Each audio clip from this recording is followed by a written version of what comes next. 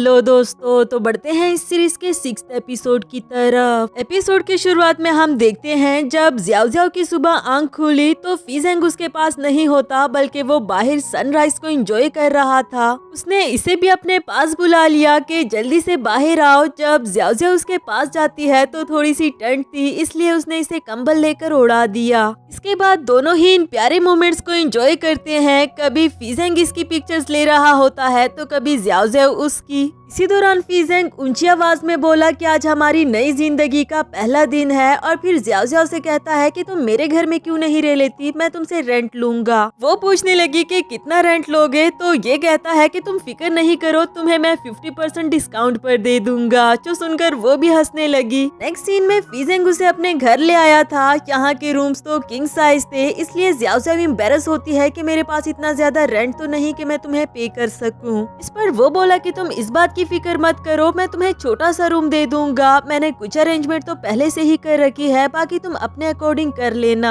यहाँ तो Xiao Xiao हैरान हो जाती है कि तुमने मुझे इस घर में लाने की प्लानिंग पहले से ही कर रखी थी, मगर फीजेंग जल्दी से उसका बैग लेकर भाग गया। नेक्स्ट सीन अगली सुबह का दिखाया गया, जहाँ जियाओ जियाओ लॉन्च में आती है और जब उसने एलईडी ऑन करके देखी तो वहाँ सारी की सारी पिक्चर्स फान मिंग की थी। ये देखकर तो फीजेंग फौरन से उसके सामने आकर खड़ा हो गया। कहने लगा कि माफ कर दो, ये सारी मैंने ही कलेक्ट की है, पर मैं सच थोड़ी ना जानता था। खैर तुम इसे नहीं देख सकती, मैं जल्दी ही ये वाली गलतियाँ करेक्ट कर लूंगा। वो बोली कि कोई बात नहीं, वैसे भी इससे यही जाहिर होता है ना कि तुम्हारा प्यार कितना गहरा है। मगर फीजेंग फिर भी उसे ये देखने नहीं दे रहा था। उसके हाथ से रिमोट लेने की कोशिश में खुद ही उसके ऊपर गिर पड़ा, और यहाँ तो दोनों ही एक दूसरे को देखकर एम्बैरस हो जाते हैं। ये वाला सीन अभी चल ही रहा था कि उधर से डोरबेल बजी। दोनों ही जाकर चोरी छुपे देखते हैं कि ये कौन हो सकता है, जिस पर फीजेंग बोला कि और कौन, मेरा असिस्टेंट ही होगा। जियाओ जियाओ बोली कि नहीं, तुम उसके लिए डोर ओपन नहीं कर सकते। अगर उसने मुझे इस नाइट सूट में देख लिया तो मेरे लिए तो उसे एक्सप्लेन करना ही मुश्किल हो जाएगा। वो बोला कि अगर मैं हाउ के लिए दरवाजा ना भी खोलूं तो वो खुद ही अंदर आ जाएगा, क्योंकि उसके पास पासवर्ड है, और तब तक तो वो अंदर भी आ चुका। जिसे देखकर ये दोनों ही वहाँ से भाग गए। रूम में जाकर जियाओ जियाओ तो ब्लैंकेट में चुप ही गई थी, पर फीजेंग भी उसके साथ था। वो पूछने लगी कि तुम यहाँ पर क्या कर रहे हो, जिस पर फीजेंग कहता है कि तुम ही तो मेरा हाथ पकड़कर मुझे अपने साथ लेकर आई, अब मैं बाहर जाऊंगा तो एम्बैरस होऊंगा ना। तब तक तो हाउ भी बॉस को ढूंढते ढूंढते कमरे तक पहुंच आया था, और जब उसने ब्लैंकेट उठाकर इन दोनों को साथ में देखा तो कहने लगा कि माफ करना बॉस, शायद मैं गलत टाइम पर आ गया, और वहाँ से चला जाता है। नेक्स्ट सीन में इन दोनों को बता रहा होता है कि माफ करना, आइंदा मैं आने से पहले नोटिस भेज दिया करूंगा। जियाओ जियाओ बोली कि देखो, जिस तरह तुम समझ रहे हो ऐसा कुछ भी नहीं, मैं इसे रेंट पे कर रही हूँ।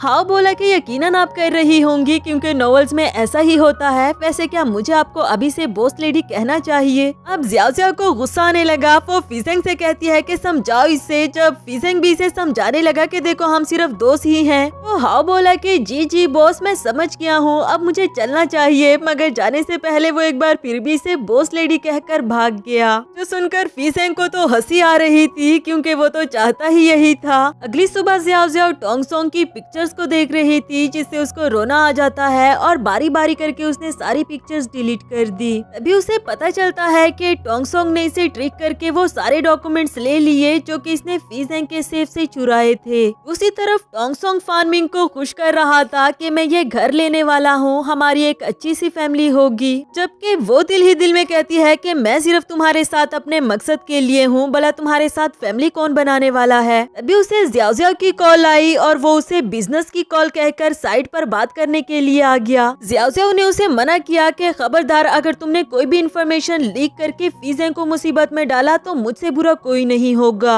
जबकि वो कहता है कि मैं जानता हूँ इसमें तुम मेरी हेल्प करोगी, आखिर हम इतने साल रिलेशनशिप में रहे। जब फान मिंग ने इसके पास आकर पूछा कि किससे बात कर रहे हो, तो ये ऐसे दिखा रहा था जैसे अपनी मॉम से बात कर रहा हो, साथ ही कॉल भी काट दी। उधर जियाओ जियाओ को भी गुस्सा आने लगा कि इतने डबल फेस इंसान को मैं पहले क्यों नहीं पहचान पाई। अगली सुबह टोंग सोंग ने फान मिंग को मैसेज करके बताया कि मैं किसी काम से कंपनी जा रहा हूँ, तुमसे बाद में आकर मिलूंगा। वो तो खुशी हो रही थी कि अच्छा हुआ तुम चले गए। इधर वो जब कंपनी में पहुंचा तो जियाओ जियाओ उसे पकड़कर पंच करने ही वाली थी, मगर थोड़ी सी कन्फ्यू तो उसे भी आती है। जियाओ जियाओ बोली कि डॉक्यूमेंट्स को देखकर मैं पहले ही पहचान गई थी कि ये तुमने डिजाइन किए और एक्चुअल कॉन्ट्रैक्ट पेपर्स छुपा दिए थे। टोंग सोंग कहने लगा कि अरे वाह, तुम तो बहुत चालाक निकली। हाँ, मैंने ही एंड टाइम पर रियल पेपर्स छुपा छुपा दिए थे और उसे ट्रिक करके गलत पेपर्स पर साइन करवाए। लेकिन अब तो वो प्रॉब्लमेटिक प्रोडक्ट्स के पेपर्स पर साइन कर चुका, इस बात का एविडेंस भी मेरे पास है, अब तुम भी उसके लिए कुछ नहीं कर सकती। ये कहकर वो तो चला गया, पर ज़ियाओ ज़ियाओ उसे इतनी आसानी से जीतने तो नहीं दे सकती और जब डॉक्यूमेंट्स लाने में भी उसने ज़ियाओ ज़ियाओ को यूज किया हो।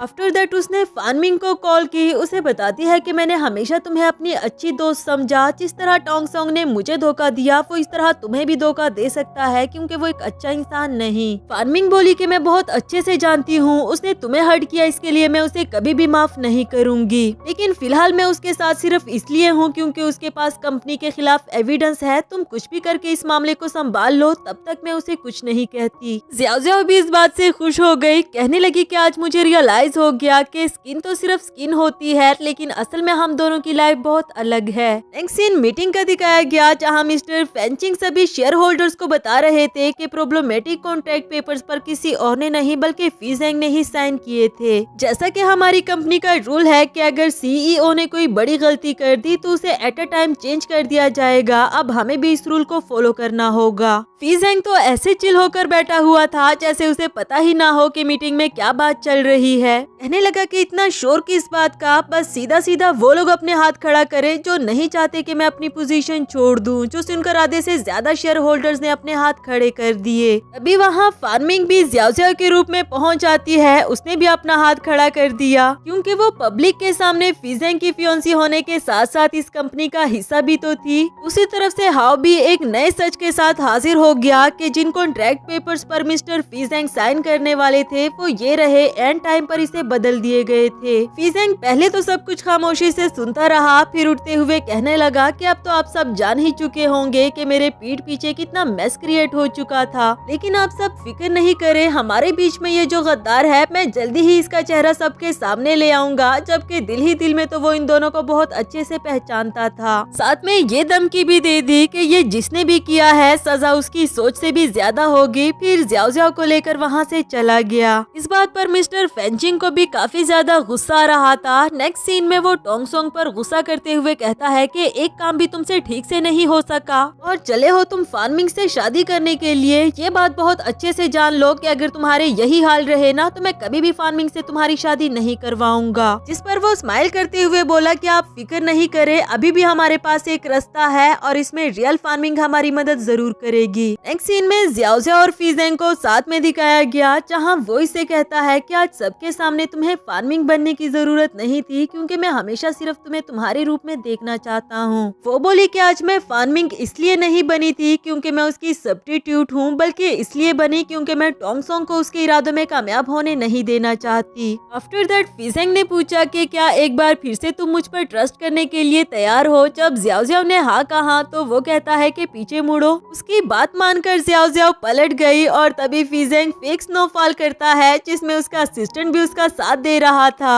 ये वाला सीन देखकर ज़ियाओ ज़ियाओ तो बहुत ही ज्यादा खुश हो गई थी क्योंकि स्नोफॉल उसकी फेवरेट होती है। इधर फी ज़ेंग तो उसे कुछ भी कहे बगैर किस करने लगा। एक लंबी किस करने के बाद कहता है कि माफ कर देना, मैं खुद पर कंट्रोल नहीं कर पाया। तुमने यही कंडीशन रखी थी ना कि जब स्नोफॉल होगी तुम तभी मुझे चांस दोगी, तुम्हारी ये विश भी पूरी हो गई। चलो मैं तुम्हें स्नोफॉल को एंजॉय करना सिखाता हूँ। जो कहकर वो नीचे लेट गया। उसे देखकर ज़ियाओ ज़ियाओ भी उसके साथ लेट जाती है। इस तरह दोनों ही स्नोफॉल को एंजॉय करने लगे। नेक्स्ट सीन अगली सुबह का दिखाया जाता है, जहाँ टोंग सोंग अभी भी अपने काले करतूतों से बाज नहीं आया। वो एक रिपोर्टर को ज़ियाओ ज़ियाओ की आइडेंटिटी के बारे में बताते हुए कह रहा था कि ये अक्सर फान मिंग के लिए रोल्स प्ले करती है जो कि फान मिंग के फैंस को नहीं पता और इस बारे में सबको तो पता चलना ही चाहिए। वो इस प्लान में कामयाब भी हो जाता है क्योंकि अगले ही सीन में ज़ियाओ ज़ियाओ को सभी रिपोर्टर्स ने बुरी तरह से घेर लिया था और उसे तरह तरह के क्वेश्चंस करने लगे। वो इनके सवालों का कुछ खास जवाब नहीं देती। तभी उसे कोई हिट करने लगा था कि एंड टाइम पर वहाँ फी ज़ेंग आकर उसे हक कर देता है और चोट भी उसे लगी। बजाय अपनी फिक्र करने के ये उससे पूछने लगा कि तुम ठीक हो ना।